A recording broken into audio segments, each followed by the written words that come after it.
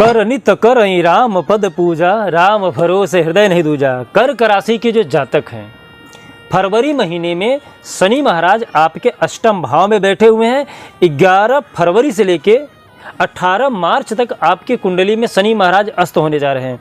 अस्त होने का मतलब होता है कि जिस जगह पे शनि महाराज हैं, यदि वहाँ पे सूर्य का उदय हो जाए, सूर्य उदय हो जाते हैं तो इनकी जो रोशनी होती है वो बिल्कुल ही डाउन हो जाती है, कम हो जाती है, क्योंकि सूर्य की रोशनी बहुत ज़्यादा होती है और उस रोशनी में शनि महाराज छिप जाते हैं, जिसके वजह से शनि महाराज दिखाई नहीं देते हैं। इसका मतलब होता है कि शनि अस्त हो गए, वो कहीं जाते नहीं हैं, लेकिन उसी जगह पे रोशनी कम होने की वजह से दिखाई नहीं देते हैं। इसका मतलब हम कहते हैं कि शनि महाराज आपकी कुंडली में अस्त हो गए हैं। तो शनि महाराज आपके अष्टम भाव में बैठे, साथ ही साथ जो इनकी तीसरी दृष्टि है, 7वीं दृष्टि है, 10वीं दृष्टि है, वहाँ पे आपको क्या फल मिलने जा रहा है। साथ ही साथ शनि महाराज मजबूत हो रहे हैं या कमजोर हो रहे हैं, आपको इनका लाभ मिलेगा या हानि देने जा रहे हैं, एक एक करके मैं चर्चा करूंगा। साथ ही साथ इनसे बचने के लिए क्या खास उपाय करें उस पर भी चर्चा करूंगा। तो बिना स्किप किए वीडियो देखिएगा, क्योंकि शनि आपके कर्म के देवता हैं। कर्म प्रधान विश्व कर राखा, जो जस करस तो तस फल चाखा। तो शनि को मजबूत करना बहुत जरूरी है।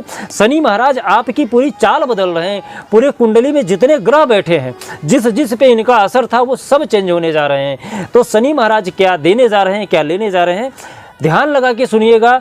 जरूरी नहीं है कि आप स्किप करिएगा। स्किप करने से क्या होता है कि जो मैं बताने जा रहा हूँ, जो अच्छी चीज़ें हैं, शायद वो आप मिस कर जाओ।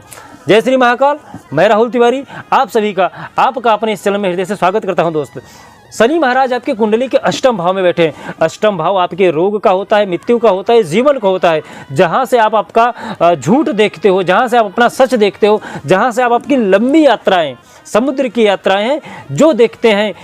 साथ ही साथ यहाँ पे आपके जो व्यापार के रिजल्ट होते हैं, परिणाम स्वरूप में क्या आपको मिलने वाला है, व्याधि जो उत्पन्न होने वाली है, ये सब आपके अष्टम भाव से देखा जाता है।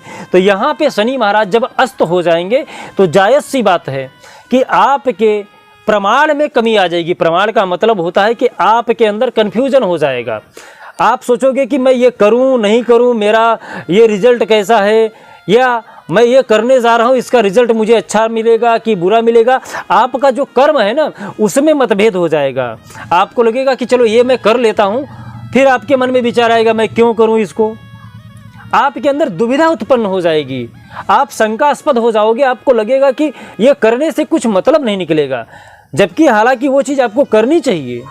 साथ ही साथ जो आपके रिश्तेदार हैं वो बड़ी ही चालाकी के साथ आपका फ़ायदा उठा सकते हैं। आप उनकी मीठी मीठी बातों में मत आइएगा, यहाँ से आपका नुकसान निश्चित हो सकता है। शनि महाराज की जो तीसरी दृष्टि है वो आपके कर्म के क्षेत्र में पड़ती है, पिता के क्षेत्र में पड़ती है, जहाँ से आपका वेतन देखा जाता है, जहाँ से आपकी नौकरी देखी जाती है, जहाँ पे आपका प्रधानता देखा जाता है, मान प्रतिष्ठा सम्मान देखा जाता है, जहाँ से आपका वाहन व्यापार देखा जाता है, उस जगह पे शनि महाराज की तीसरी दृष्टि पड़ रही है और वहाँ पे गुरु महाराज विद्यमान है। शनि महाराज का जैसे ही अस्त होगा, वहाँ से गुरु महाराज आपको इतना शुभ रिजल्ट देने जा रहे हैं कि आपकी जो नौकरी पेशा करने वाले लोग हैं, वहाँ पे आप देखोगे आपकी तरक्की निश्चित हो जाएगी। आपके बड़े बड़े कार्य बड़े ही सुगमता से होना प्रारंभ हो जाएंगे। भाग्य आपका साथ देना शुरू कर देगा। साथ ही साथ जो आपका धन रुका हुआ था व्यापार में, वहाँ से आपको लगेगा कि अब हमारा पैसा मिलने जा रहा है। तो कर्म आपका मजबूत होने जा रहा है। जैसे ही शनि अस्त होंगे, गुरु महाराज के सानिध्य में आपका कर्म हो जाएगा और गुरु महाराज भर भर के आपको आपका जो मान प्रतिष्ठा है वो बढ़ाने जा रहे हैं। साथ ही साथ शनि महाराज की जो 10वीं दृष्टि पड़ती है वो आपके कुंडली के पंचम भाव में पड़ रहा है। पंचम भाव में आपकी शिक्षा दीक्षा जो ये सब है वो बढ़ने जा रहा है, क्योंकि वहाँ के जो कारक हैं वो गुरु महाराज है और त्रिकोण में गुरु महाराज बैठे हुए हैं। जैसे ही शनि अस्त होंगे, ऑटोमेटिक गुरु का प्रभाव बढ़ जाएगा, आपकी शिक्षा दीक्षा सब व्यवस्थित हो जाएगी।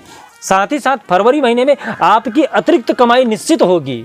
यदि आप कुछ दूसरा साइड से कार्य करते हैं तो वहाँ से लाभ मिलना निश्चित है। आपको फरवरी महीने में आपका लाभ अतिरिक्त जरूर होगा। शिक्षा के मामले में, सरकारी व्यवस्था में आपका कामकाज बड़ी सुगमता से आगे निकल जाएगा। शनि महाराज 8वीं दृष्टि पड़ रही है। 7वीं दृष्टि आपकी कुंडली के दूसरे भाव पे पड़ रहा है। दूसरा जो भाव होता है आपका धन का होता है, पूंजी का होता है, कुटुंब का होता है, मित्र का होता है, आपकी सुंदरता का होता है।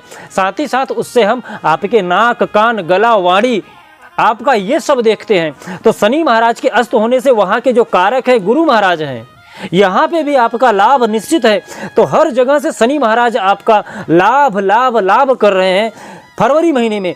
लेकिन जहाँ पे अस्त हो रहे वहाँ से आपके जो रिश्तेदार हैं वो फायदा उठा सकते हैं और आपके मन में कन्फ्यूजन हो सकता है, आलस्य का प्रमाण बढ़ सकता है। तो शनि महाराज को थोड़ा सा मजबूत कर लीजिएगा। जो आपका ये 8वां भाव जो है, जहाँ से आपके मन में रोग उत्पन्न हो रहा है, वहाँ पे शनि महाराज को मजबूत करना जरूरी है। बाकी धन की व्यवस्था में बड़ी ही तगड़ी हो रही है। तो यहाँ पे शनि महाराज क्या आपको देने जा रहे हैं, क्या लेने जा रहे हैं, मैं आपको समझा चुका हूँ। अब शनि महाराज को मजबूत करने के लिए क्या करें? तो शनि महाराज को मजबूत करने के लिए, शांत करने के लिए क्या करें? शनि महाराज को शांत करने के लिए आप काली उड़द का दान कर सकते हैं। साथ ही साथ ओम सम शनिश्चराय नमः इस मंत्र का जाप कर सकते हैं। साथ ही साथ आप हनुमान चालीसा का पाठ कर सकते हैं हर शनिवार के दिन। शनिवार के दिन आप राई का तेल शनि जी पे अर्पण कर सकते हैं। साथ ही साथ उनकी जो कनिष्ठिका उंगली है, यदि वहाँ पे आप राई का तेल का थोड़ा सा मसाज कर देंगे, इससे आपके जो शनि है वो मजबूत हो जाएंगे और शांत हो जाएंगे। तो इतने छोटे छोटे रेमेडी है जो आपकी आवश्यकता अनुसार जो आप कर सकते हो, आप वो करिए। और साथ ही साथ यदि आपकी और भी कोई समस्या है तो आप हमें कमेंट में अपना नाम और अपना जो समस्या है और अपना जन्म तारीख लिखिएगा। साथ ही साथ यदि आपका जन्म तारीख नहीं है तो अपना नाम और अपनी समस्या लिखिएगा। जैसे ही हमें समय मिलेगा मैं आपसे संपर्क करूंगा और उचित उपाय आपको बताने का प्रयास करूंगा। अपने व्यक्तित्व को इतना महान बनाइए कि जो बड़े हैं वो आपसे सम्मान पा सके, जो छोटे हैं वो आपसे प्रेम कर सके और कोई भी स्त्री आपसे सहजता से बात कर सके। जय श्री महाकाल। आपका दिन शुभ हो, मंगल हो, स्वस्थ रहें, मस्त रहें।